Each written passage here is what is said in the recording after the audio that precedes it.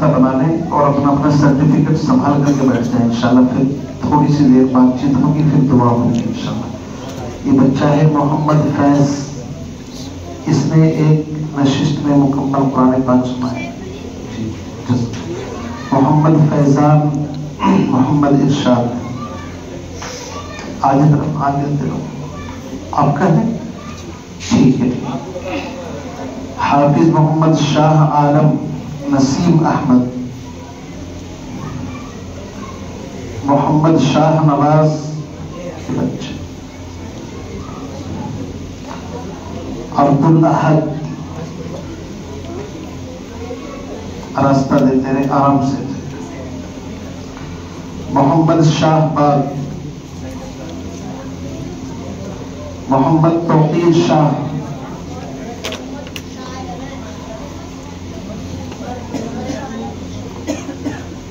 محمد امام بچہ، محمد رضوان کا صاحبزادہ،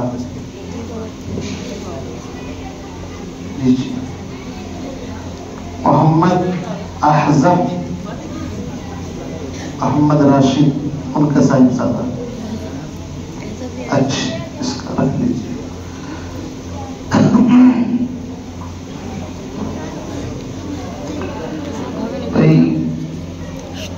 آپ حضرات سے معتبرہ التماس ہے کہ 11:15 بج چکے ہیں اور الحمدللہ بہت قیمتی باتیں آپ حضرات نے بھی سماعت فرمائی، میں نے بھی سنی. اب مزید اگر کچھ باتیں نہ بھی کی جائیں تو بہرحال میں مانتا ہوں کہ ساری باتیں جو ہونی تھی وہ آپ کے سامنے آ چکی ہیں. لیکن بہرحال منتظمین اور اکیڈمی کے جو ذمہ دار ہیں ان کی بھی کچھ تھوڑی سی بیچاروں کی خواہش ہے، اس لیے بہت مختصر گفتگو آپ حضرات کے سامنے کروں گا. لیکن جس ماحول میں اس وقت پوزیشن میں آپ کو دیکھ رہا ہوں، میری اندر سے ہمت نہیں ہو رہی. بالکل سائلنٹ خاموش ہونا پڑے گا آپ کو، اس لیے کہ دین کی بات اگر ہو اور وہاں ہم اپنی کھچڑی پکاتے رہیں تو اس کی توہین ہے. اور توہین کے اندر، بے ادبی کے اندر ایسا ڈر خوف رہتا ہے کہ کہیں اللہ رب العزت کی پکڑ اور ناراضگی نہ آ جائے. وَإِذَا قُرِئَ الْقُرْآنُ فَاسْتَمِعُوا لَهُ وَأَنصِتُوا لَعَلَّكُمْ تُرْحَمُونَ. قرآن یہ کہتا ہے جب کہیں پر قرآن پڑھا جائے، دینی مجلس ہو، خاموش سائلنٹ ہو جاؤ.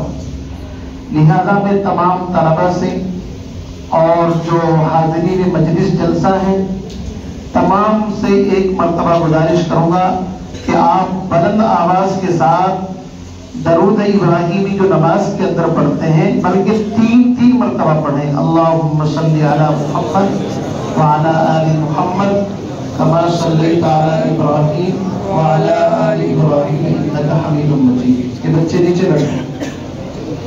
اللہم صلی علی محمد وعلی آل محمد کما صلیت علی ابراہیم وعلی آل ابراہیم انک حمید مجید. اللہم بارک علی محمد وعلی آل محمد کما بارکت علی ابراہیم وعلی آل ابراہیم انک حمید مجید. میں بہت ہی مختصر گفتگو انشاءاللہ آپ کے سامنے کروں گا، چونکہ وقت جو میں نے حضرت سے کہا تھا اس سے تو بہت کافی آگے وقت ہو چکا ہے. اور یہ گفتگو بھی میں اس لیے کر رہا ہوں چونکہ آج کی جو رات ہے یہ شب براءت بخشش کی رات ہے. لہذا اگر ہم مزید کچھ بیٹھ جائیں گے تو کوئی گناہ نہیں، ثواب ہی ملے گا انشاءاللہ. آپ حضرات کی جو زیارت ہو رہی ہے یہ بیٹھنا بھی بہت بڑی عبادت ہے. اللہ ہم سب کے بیٹھنے کو قبول فرمائے. تو آپ وعدہ کریں کہ درمیان میں کسی کی آواز تو نہیں آئے گی نا باتوں کی؟ ہاتھ اٹھا کر کے بتائیں کون کون باتیں کریں گے، وہ ہاتھ اٹھائیں. اچھا بھاشا سمجھ گئے نا؟ ہاں چاقو چوبت ہے، ٹھیک ہے، بہت اچھا لگا ماشاءاللہ. بالکل خاموش ہو جائے. اس بچے کو بولو ذرا آرام سے بیٹھو، ذرا ادھر دیکھو. بالکل ساری باتیں ختم اور تھوڑی سی دیر کے لیے متوجہ ہو جائیں. کہنے والے کا اپنا کوئی کمال نہیں، مجمع کی توجہ اور طلب کے اوپر اللہ ذہن میں بات ڈالتے۔ جب تک آپ کی توجہ رہے گی تو میٹر چلتا رہے گا، آپ کی توجہ میں کمی آئے گی مضمون بند ہو جائے گا، پھر زبردستی والا کام ہو جاتا ہے۔ لہذا میں چاہتا ہوں کہ آپ بشاشت قلبی کے ساتھ ذہن اور دماغ کو حاضر کر کے بیٹھ جائیں، بالکل یکسوئی توجہ کے ساتھ۔ ہم لوگ اصل میں جس علاقے سے تعلق رکھتے ہیں وہاں بڑے بڑے پروگرام ہوتے ہیں۔ ہمارے جو یہ اتر پردیش کا آپ کا علاقہ ہے، مظفر نگر، سہارنپور، میرٹھ، شاملی، گنگو، ادھر اطراف میں بڑے بڑے مدارس ہیں اور پروگرام بڑے شان و شوکت کے ساتھ چلتے ہیں، اور وہاں ایک پتا بھی آپ کو ہلتا نظر نہیں آئے گا، ایسے سائلنٹ بیٹھ کر کے سنتے ہیں۔ تو مجھے چونکہ عادت وہی ہے، اس لیے میں آپ سے بھی یہی درخواست کر رہا ہوں کہ ہر چیز میں سب سے پہلے ادب ہے۔ ادب النفس ایھا الاصحاب طرق العشق کلھا آداب، بغیر آداب کے کچھ بھی انسان کو حاصل نہیں ہو سکتا۔ با ادب با نصیب، بے ادب بے نصیب۔ اس لیے ادب کے ساتھ چلت پھرت بالکل بند ہو جائے، مجمع بالکل بیٹھ جائے، جہاں پر کمفرٹیبل، جہاں آپ کو سکون ملے وہاں بیٹھے، لیکن چلت پھرت نہ ہو، ادھر ادھر نہ دیکھیں۔ بات میں کر رہا ہوں، آپ کی نگاہیں میری نگاہوں کے اندر ہوں، میں آپ کی نگاہوں کے اندر، تو پھر بات کرنے میں لطف اور مزہ ہے۔ تو آپ ریڈی ہیں بات سننے کے لیے؟ ٹھیک۔ الحمدللہ الحمدللہ نحمده ونستعینه ونستغفره ونؤمن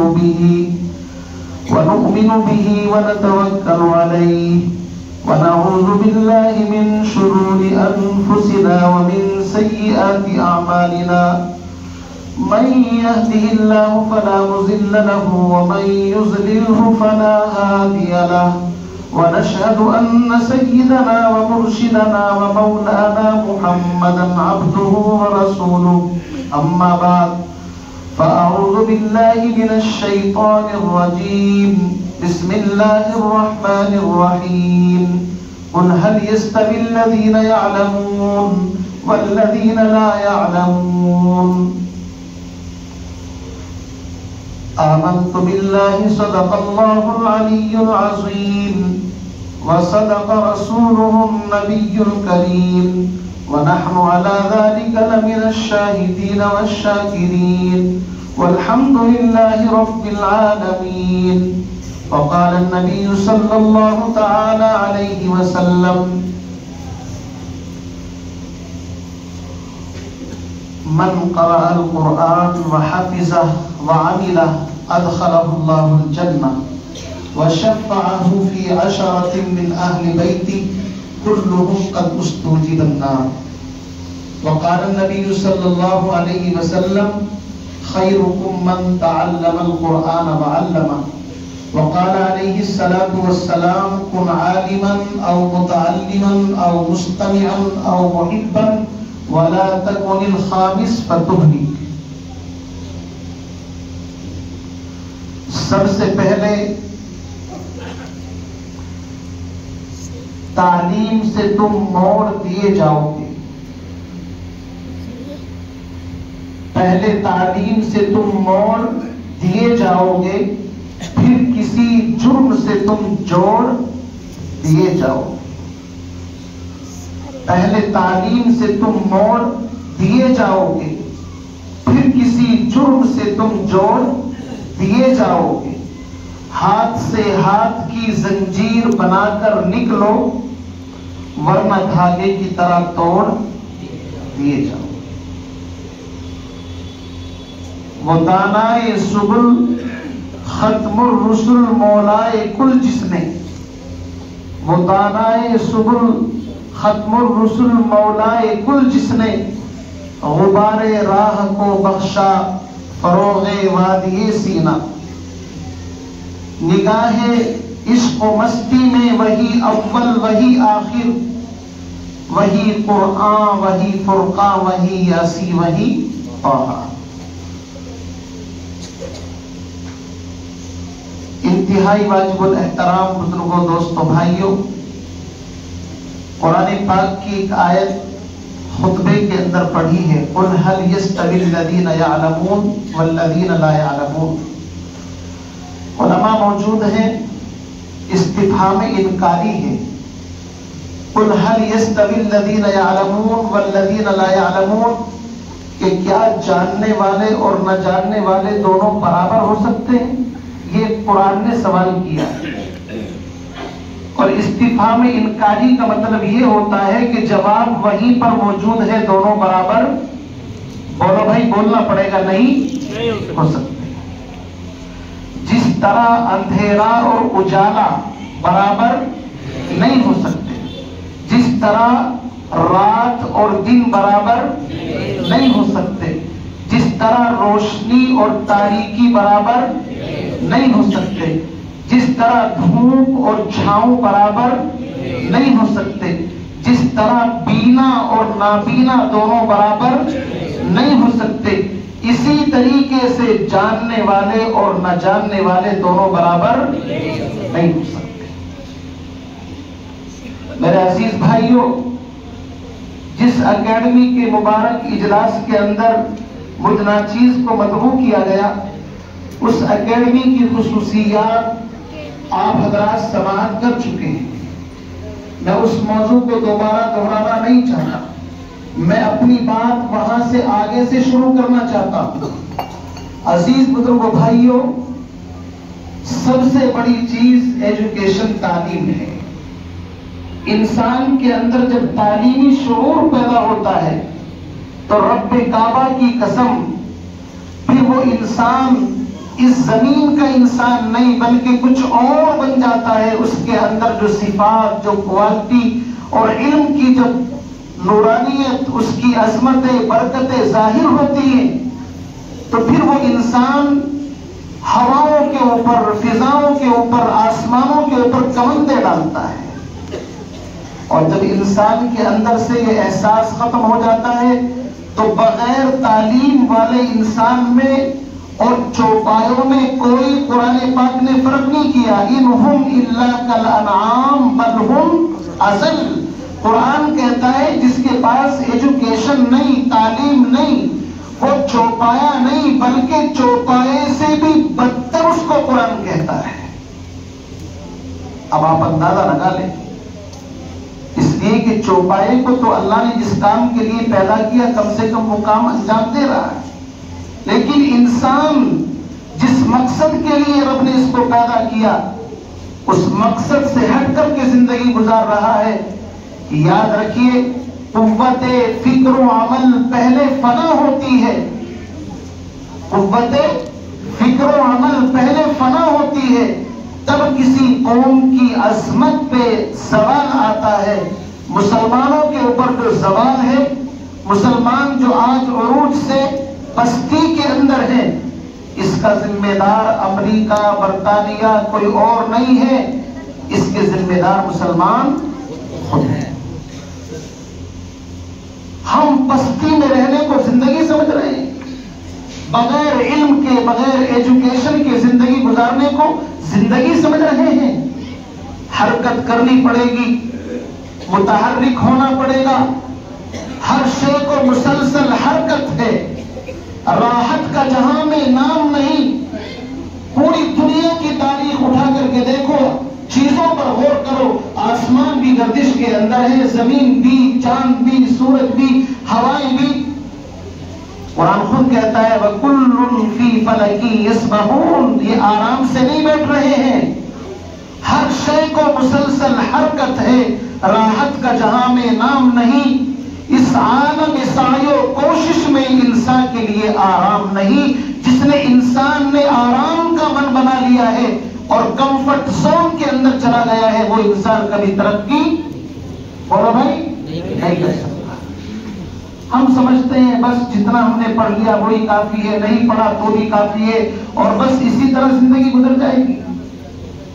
یاد رکھیے، علامہ اقبال بہت بڑی شخصیت گزرے ہیں، ہم نے ان کو پڑھا بھی نہیں، سمجھا نہیں۔ خدا کی قسم، ایک ایک شعر اتنا قیمتی ہے کہ انسان اگر صرف اس ایک شعر کو اپنا نسب العین بنا لے تو اس کی زندگی میں انقلاب آ سکتا ہے۔ علامہ اقبال رحمت اللہ علیہ نے ایک نقشہ کھینچا ہے۔ عرب کا ایک شاعر گزرا ہے، معری، نابینا تھا، 66-67 سال کی زندگی گزاری، لیکن اپنے اصول کا اتنا پابند تھا کہ کبھی گوشت نہیں کھاتا تھا، ہمیشہ پھل پھول سبزی ترکاری یہ چیزیں کھاتا تھا۔ علامہ اقبال کسی ایسی ہی چیز کو سامنے لاتے ہیں تاکہ ذہن ادھر جائے۔ فرمایا، کہتے ہیں کبھی گوشت نہ کھاتا تھا معری، پھل پھول پہ کرتا تھا ہمیشہ گزر اوقات۔ ایک دوست نے ایک دن من بنایا کہ اچھی سی دعوت کی جائے، مرغ مسلم، پراٹھے اور یہ وہ، ہو سکتا ہے اپنے ارادے کو توڑ کر کے وہ اس چیز کے اوپر آ جائے۔ علامہ جو نصیحت کرنا چاہتے ہیں آپ اس نصیحت کو سمجھیں۔ اس نابینا شاعر کے سامنے بھنا ہوا تیتر رکھ دیا۔ کہتے ہیں کبھی گوشت نہ کھاتا تھا معری، پھل پھول پہ کرتا تھا ہمیشہ گزر اوقات۔ ایک دوست نے بھونا ہوا تیتر اسے بھیجا، شاید کہ وہ شاطر اسی تدبیر سے ہو مات۔ سوچا کہ بھائی ہو سکتا ہے اپنے ارادے سے بات آ جائے، لیکن وہ کتنا باوصول آدمی تھا۔ یہ خانے تر و تازہ معری نے جو دیکھا، کہنے لگا وہ صاحب غفران و لزومات، یہ اس کی کتابیں ہیں غفران اور لزومات، نابینا ہے لیکن اصول کا پابند ہے۔ جب دسترخوان سامنے آیا، خوشبوئیں اس کے سامنے ناک سے اندر گئی، تو کہتا ہے شاعر، یہ خانے تر و تازہ، علامہ اقبال کہتے ہیں معری نے جو دیکھا، کہنے لگا وہ صاحب غفران و لزومات، اے مرغ کے بیچارہ ذرا یہ تو بتا تو۔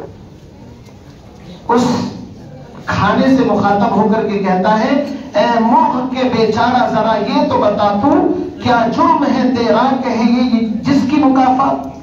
تیرا قصور کیا تھا کہ جو آج دسترخوان پر فرائی اور باقاعدہ کباب کی شکل میں میرے سامنے پڑا ہوا ہے؟ افسوس، اب یہاں سے نصیحت شروع ہوتی ہے، افسوس صد افسوس کے شاہی نہ بنا تو، دیکھے نہ تیری آنکھ نے فطرت کے اشارات، اور تقدیر کے قاضی کا یہ فتویٰ ہے ازل سے، ہے جرم ضعیفی کی سزا مرگ مفاجات۔ اس شاعر نے ایک نصیحت کی کہ اے تیتر، اگر تو اپنے اندر حوصلہ پیدا کرتا، شاہین کی طرح تیری پرواز ہوتی، چوکنا رہتا اور کبھی تو آسمانوں کی سیر کرتا، تو دنیا والوں کے تیر تجھ تک نہیں پہنچ سکتے تھے، تیری جان بچ سکتی تھی، لیکن تو نے ہمت نہیں کی، تو نے محنت نہیں کی، تو کمفرٹ زون کے اندر چلا گیا اور بس اپنی زندگی کے اندر مست رہا، لہذا شکاری نے شکار کیا اور دسترخوان پر لا کر کے سجا دیا۔ مسلمانوں، خواب غفلت سے بیدار ہو جاؤ۔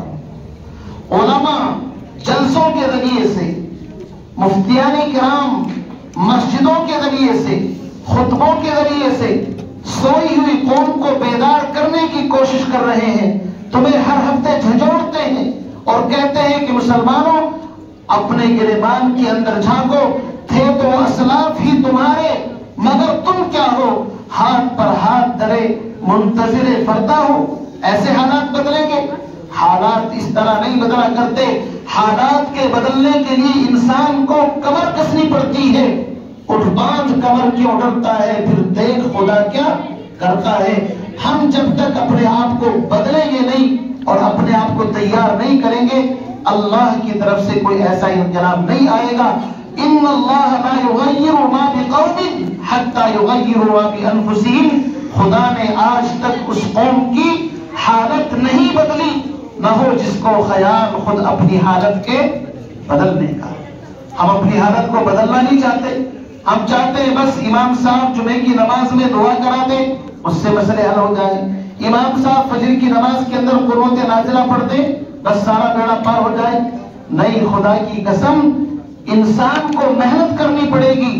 حالات کے دھارے کو بدلنا ہے تو اس میں سب سے بہترین چیز تعلیم ہے، ایجوکیشن۔ ایجوکیشن انسان کے پاس آتی ہے تو ساری چیزیں اس کے غلام بن جاتی ہیں. ایجوکیشن تعلیم اتنی اہم چیز ہے.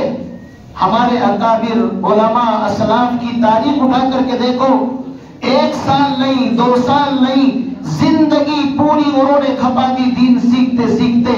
امام مالک خاموش پڑھ، امام مالک مدینہ منورہ کے اندر رہتے ہیں. وہ امام مالک جو پیغمبر علیہ السلام کا اتنا بڑا عاشق ہے کہ نبی کے روزے سے جدائی برداشت نہیں ہے. وہ امام مالک جس کو اتنی فکر ہے کہ کہیں میں مدینے سے باہر چلا گیا ایسا نہ ہو کہ موت کا فرشتہ آئے میری روح قبض کر لے اور میں نبی کے روزے سے دور ہوں. ایک گھوڑا، ترکی گھوڑا زین لگا ہوا تیار رہتا تھا. جب ان کو ضرورت ہوتی تھی قضائے حاجت کی، اس کے اوپر سوار ہوتے، مدینے کی حدود سے باہر جا کر کے قضائے حاجت کرتے تھے. کیوں؟ اس لیے کہ مدینے کی مقدس سرزمین کے اوپر 1400 سال پہلے پیغمبر کے کالی کملی والے کے قدم پڑے ہیں.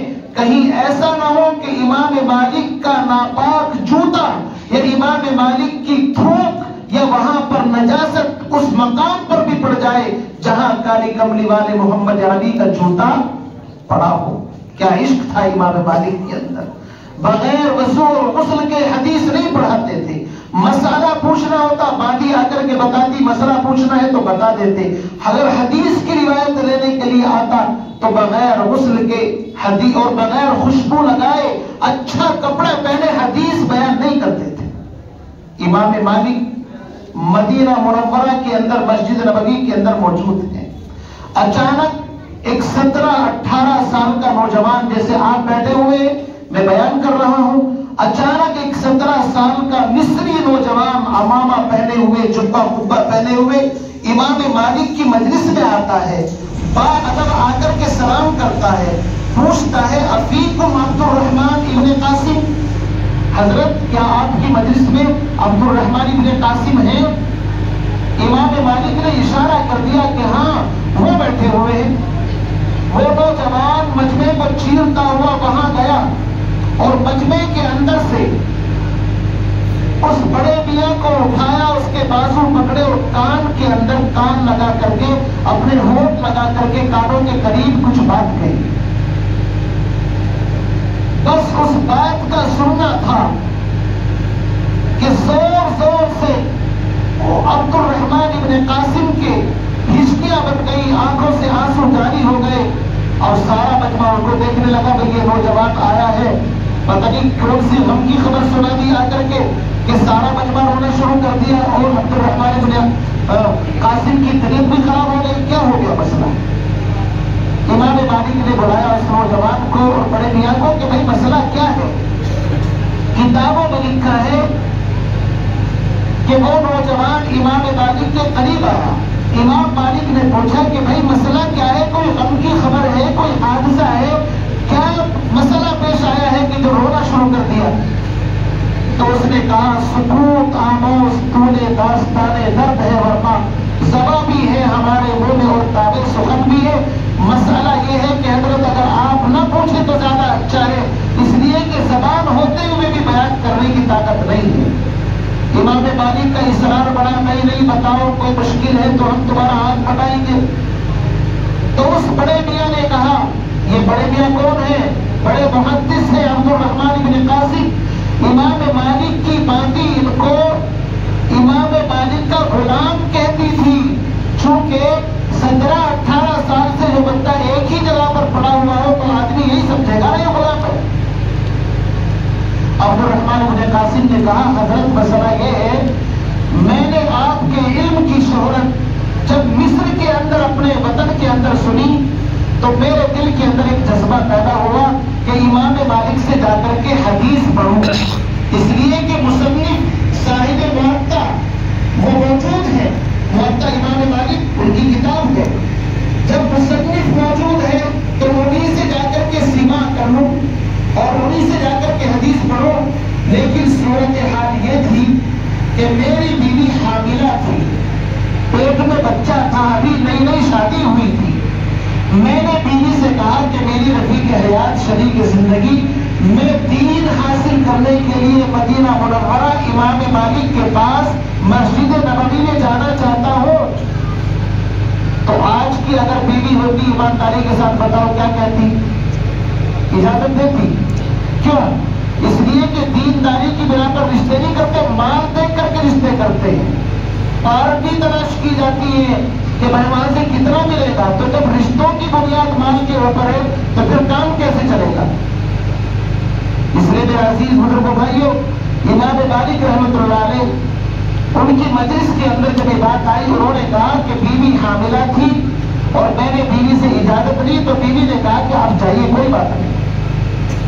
میں 1 سال رہا، 2 سال رہا، 3 سال رہا۔ 3 سال کے بعد یہاں سے قافلہ حج کر کے جب واپس لوٹ رہا تھا مدینہ میں زیارت کر کے، میں نے ایک لیٹر، ایک خط لکھا اپنی بیوی کو اور کہا کہ میری رفیق حیات، شریک زندگی، 3 سال کے اندر میری تشنگی پیاس ابھی بجھی نہیں ہے، میں مدینے میں اور رہنا چاہتا ہوں، لیکن آپ کو اختیار دیتا ہوں کہ آپ چاہیں تو میرے نکاح میں رہیں اور چاہیں تو آپ عدت گزار کے میری طرف سے طلاق ہے کسی اور کے ساتھ نکاح کر لیں۔ یہ میں نے خط اپنی بیوی کو بھیجا، ادھر سے بیوی نے خط لکھا کہ میرے شوہر، میرے سرتاج، آپ 3 سال تو کیا اگر 30 سال تک بھی واپس نہیں آئیں گے تو بھی میں کسی دوسرے کے دروازے پر نہیں جاؤں گی۔ جب قسمت نے میرے رشتے کو آپ کے ساتھ جوڑ دیا تو قسمت کا بدلنا میرے ہاتھ میں نہیں ہے۔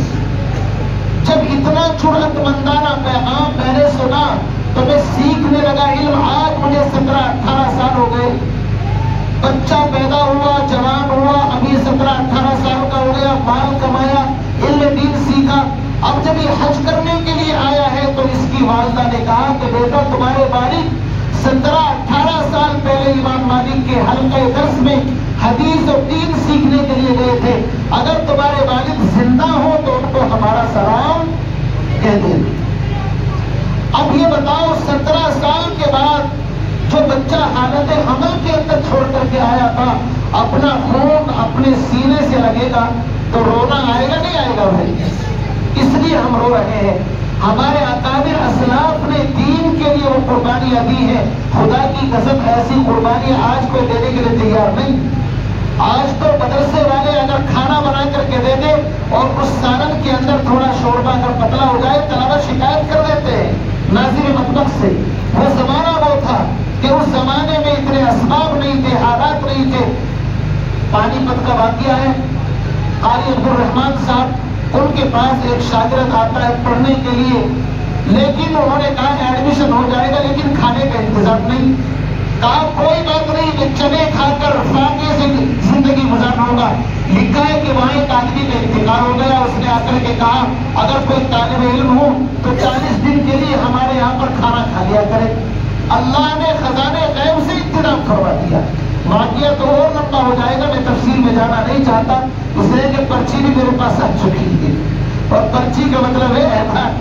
تقاضا یہ ہے، اصل میں وقت پہلے ہی بہت زیادہ گزر چکا، کہنے والا اپنی طرف سے کچھ نہیں، اب آپ نے توجہ کی تو اللہ کی طرف سے ایک مضمون، ایک بات ذہن کے اندر آئی۔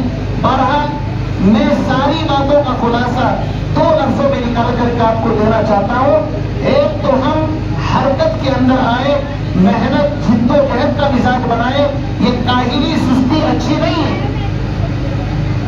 دین کے اندر بھی دنیا کے اندر دونوں جگہ پر نقصان دے گی کاہلی سستی، لہذا الید العلیٰ خیر من الید السفلیٰ، اللہ کے نبی کا فرمان ہے دینے والا ہاتھ لینے والے ہاتھ سے بہتر ہے۔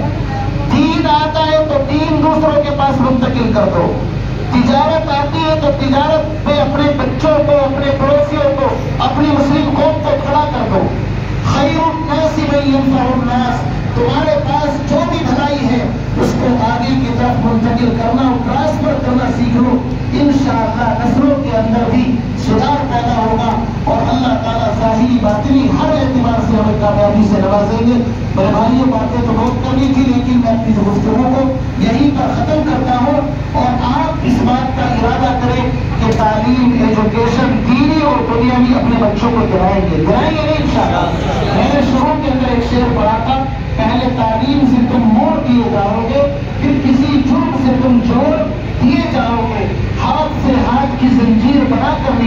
ورنہ دھاگے کی طرح توڑ دیے جاؤ گے۔ جن حالات سے ہم گزر رہے ہیں، ایجوکیشن ہی واحد حل ہے۔ جب ہمارے بچے پڑھیں گے تو پھر یاد رکھنا، کوئی پروفیسر بنے گا، کوئی انجینئر بنے گا، کوئی ڈاکٹر بنے گا، کوئی لائر بنے گا، کوئی آگے بڑھ کر کے مختلف، کوئی پائلٹ، کوئی ڈاکٹر۔ ہمیں تو سب چاہیے نا، ہمیں مولوی بھی چاہیے، مفتی بھی چاہیے۔ اسی لیے اکبر الہٰبادی نے کہا تھا، تم شوق سے کالج میں پڑھو، پارک میں پھولو، جاہز کے غباروں میں اڑو، چرخ پہ جھولو، پر ایک سخن بن گئے عاجز کی رہے یاد، اللہ کو اور اپنی حقیقت کو نہ بھولو۔ اس اکیڈمی میں آپ کو دین بھی ملے گا اور ساتھ ساتھ دنیا بھی ملے گی۔ دینی علوم بھی ہے، عصری علوم بھی ہے، اور جب دونوں جمع ہو جائیں تو مرج البحرین یلتقیان کا منظر خود بخود ہو جاتا ہے۔ اس لیے ایسا سمندر ہے، آپ اپنے بچوں کی کشمکش کے لیے اس اکیڈمی سے رابطہ قائم کریں، اور ان حضرات کا جو بھی تعاون ہو سکتا ہے دعاؤں سے، دواؤں سے، اپنے بچوں کے ذریعے سے اس اکیڈمی کو اللہ تعالیٰ دین دنیا رات چوک ترقی نصیب فرمائے۔ وآخر دعوانا الحمدللہ رب العالمین۔ مختصر سے دعا کر لیجیے۔ الحمدللہ رب العالمین والعاقبۃ للمتقین والصلاۃ والسلام علی سید الانبیاء والمرسلین۔ یا اللہ رحم کا، کرم کا، عافیت کا معاملہ فرما، دارین کی عافیت نصیب فرما، ذلت و رسوائی سے حفاظت فرما، حق کو غالب فرما، باطل قوتوں کو مغلوب فرما۔ یا اللہ آج بہت ہی مقدس رات ہے، بابرکت رات ہے، اس مقدس رات کے اندر ہم سب کے مل بیٹھنے کو، جمع ہونے کو قبول فرما۔ یا اللہ آج تک صغیرہ کبیرہ گناہ جو بھی کیے ہیں، یا اللہ اپنے فضل سے ان کو معاف فرما۔ آگے کی جو زندگی ہے شریعت و سنت کے مطابق زندگی گزارنے کی توفیق عطا فرما۔ جن بچوں نے قرآن پاک حفظ کیا ہے، یا اللہ ان بچوں کو بہترین حافظ، عالم، قاری بنا، دین کا دائی شہدائی بنا۔ ان کے والدین کو بھی یا اللہ نمازوں کی پابندی اور تمام صوم و صلات کا پابند بنا۔ اس پورے مجمع کو یا اللہ صوم و صلات کا پابند بنا۔ مولانا کریم اکیڈمی کے ذمہ داروں نے، اساتذہ نے جنہوں نے محنتیں کی ہیں، یا اللہ ان تمام بچوں کو، یا اللہ اور ان کے اساتذہ کو دین پوری رات چوکی ترقی نصیب فرما۔ مولانا کریم ہر طرح کی پریشانیوں سے حفاظت فرما، رکاوٹوں کو ختم فرما، آسانیاں فرما۔ یہ اتنا بڑا مجمع اس امید پر بیٹھا ہے کہ آج بخشش کی رات ہے، آج مغفرت کی رات ہے۔ یا اللہ اس مجمع کی امید کو یا اللہ پورا فرما دیجئے، ہم تمام کی جائز حاجات کو پورا فرما دیجئے۔ اس مجمع میں علماء ہیں، بچے ہیں، بوڑھے ہیں، معصوم بھی ہیں۔ یا اللہ کوئی ایک ایسا ضرور ہوگا جس سے تجھے محبت ہے اور جس کا تجھ سے تعلق ہے، مولا ہم اس کا واسطہ اور پیارے نبی کا واسطہ دے کر کے رحم کی، کرم کی بھیک مانگتے ہیں۔ یا اللہ ہم تمام کی بخشش فرما دیجئے، رحمتوں کا نزول فرما دیجئے۔ یا اللہ تمام مدارس کی حفاظت فرما دیجئے، تمام مکاتب کی حفاظت فرما دیجئے، مساجدوں کو آباد فرما دیجئے، خانقاہوں کو آباد فرما دیجئے، علماء مشائخ کے سایوں کو ہمارے سروں پر تاج قائم دائم فرما دیجئے۔ ایک ایک بچے کو دین اور دنیا کے علوم حاصل کرنے کی توفیق عطا فرما دیجئے۔ یا اللہ اخلاص کی دولت عطا فرما دیجئے، ریاکاری سے حفاظت فرما دیجئے، دکھلانے سے حفاظت فرما دیجئے۔ یا اللہ غیبت سے، جھوٹ سے، بہتان تراشی سے، ناحق کسی کو ستانے سے ہم تمام کی حفاظت فرما دیجئے۔ ہر ایک کا اکرام احترام کرنے کی توفیق عطا فرما دیجئے۔ یا اللہ مولا کریم تیرے نبی نے خیر کی لائن سے جن چیزوں کو مانگا ہے، چاہا ہے، وہ تمام چیزیں ہمیں بھی عطا فرما دیجئے۔ تیرے نبی نے جن چیزوں سے پناہ مانگی ہے، ہم بھی پناہ مانگتے ہیں۔ یا اللہ ہمیں بھی پناہ نصیب فرما دیجئے۔ یا اللہ آج اس مجمع کا بیڑا پار فرما دیجئے، ہر ایک کی بخشش فرما دیجئے، تاکہ خوشی خوشی اپنے گھروں کو لوٹ جائیں۔ مولا تیرے خزانے میں کوئی کمی نہیں ہے، تو ساری دنیا کے انسانوں کو آنے واحد کے اندر معاف کرنے پر قادر ہے۔ یا اللہ تیری شان میں کوئی کمی نہیں ہوگی، بلکہ تیری شان تو بڑا بڑا ہے۔ ہم سب کے حال پر رحم فرما، ہمارے سیئات کو حسنات سے مبدل فرما، ہمارے بچوں کو حافظ قرآن بنا، ہماری بیویوں کو فرما بردار بنا، اور شوہروں کو بیویوں کا فرما بردار بنا۔ جن گھروں میں مس اسٹینڈنگ ہے، لڑائی جھگڑے ہیں، یا اللہ ان میں بھی آپس میں پیار محبت باہمی ربط نصیب فرما۔ مولا مانگنے کے لیے بہت ساری چیزیں ہیں، یا اللہ تو دانا ہے، بینا ہے، ہر رات ہی تیری طرف سے تو بخششوں کی عطا ہوتی ہے. یا اللہ ہم تمام کو رمضان سے پہلے رمضان کی تیاری کی توفیق نصیب فرما, رمضان کی برکتوں سے مستفید فرما, روزوں کا احترام کرنے کی توفیق عطا فرما, تراویح کو شوق ذوق کے ساتھ ادا کرنے کی توفیق نصیب فرما, اور جب آخری وقت ہو ایمان پر ہم تمام کا خاتمہ نصیب فرما. وصلی اللہ تعالی علی خیر خلقہ محمد وآلہ وصحبہ اجمعین برحمتک یا ارحم الراحمین.